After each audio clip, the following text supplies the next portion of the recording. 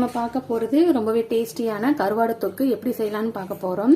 So அதுக்காக நான் பார்த்தீங்கன்னா இந்த மாதிரி கருவாடு எடுத்து வச்சு சுடு தண்ணியில் நல்லா க்ளீன் பண்ணி எடுத்து வச்சுருக்கேங்க.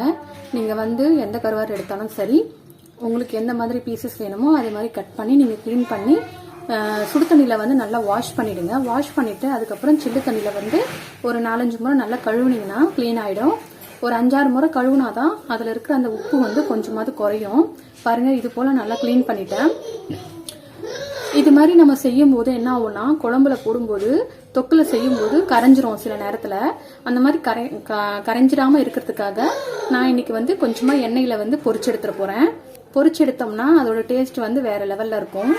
பாத்தீங்கன்னா நான் வந்து இந்த மாதிரி போட்டு நீங்க பொரிச்சு எடுத்துக்கோங்க. ஒரு பீசஸா போட்டு பொரிச்சு எடுத்துக்கோங்க.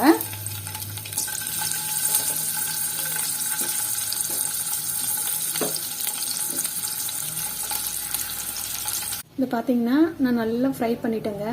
பார்க்கவே பாருங்க, அப்படியே சூப்பராக இருக்குது. இது அப்படியே கூட நம்ம மிளகாவை பரட்டி போட்டு சாப்பிடலாம், அந்தளவுக்கு டேஸ்ட்டாக இருக்கும். இப்போ நான் வந்து அதே கடையில் வந்து கொஞ்சமாக நல்லெண்ணெய் ஊற்றிருக்கேன். ஊற்றி ஹீட் ஆனதும் நம்ம வந்து கடுகு தாளிச்சிக்கலாம். எண்ணெய் காஞ்சதுமே கடுகு போட்டுக்கலாம்.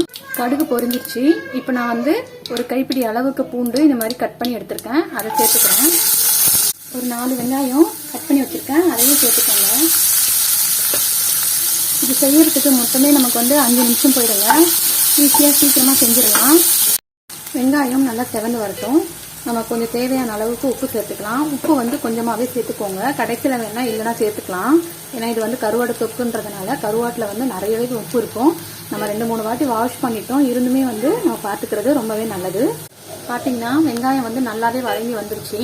இப்போ நான் வந்து ஒரு 3 தக்காளியை வந்து பொடிசா நறுக்கியிருக்கேன், அதையுமே சேர்த்துக்கிறேன். இன்னைக்கு தொக்கா செய்யறதுனால வெங்காயம் தக்காளி கொஞ்சம் அதிகமாகவே நான் போட்டிருக்கேன். உங்களுக்கு எப்படி தேவையோ அதுக்கேற்ற மாதிரி நீங்கள் அட்ஜஸ்ட் பண்ணி ஆட் பண்ணிக்கலாம். நல்லா எண்ணெய் பிரிஞ்சு வந்து வதங்கி வந்துருச்சு. இப்போ நம்ம வந்து ஒரு 1/4 ஸ்பூன் போல் மஞ்சள் தூள், காரத்துக்கு தகுந்த போல் 2 ஸ்பூன் மிளகாய் தூள் சேர்த்துக்கோங்க. இப்போது நான் வந்து ஒரு சின்ன லெமன் சைஸ் அளவுக்கு தான் வந்து புளி கரைச்சி வச்சுருக்கேன், அதை நம்ம ஊற்றிக்கலாம்.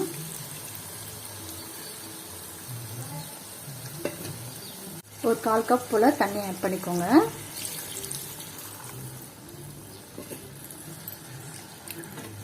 இப்போ இது எல்லாமே சேர்த்து ஒரு 2 நிமிஷம் மட்டும் நல்லா கொதிக்க விடுங்க.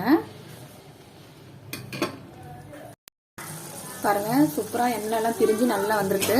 இப்போ நம்ம வந்து ஃப்ரை பண்ணி வச்சிருக்க கருவாடு துண்டுகளை இதில் சேர்த்துக்கலாம்.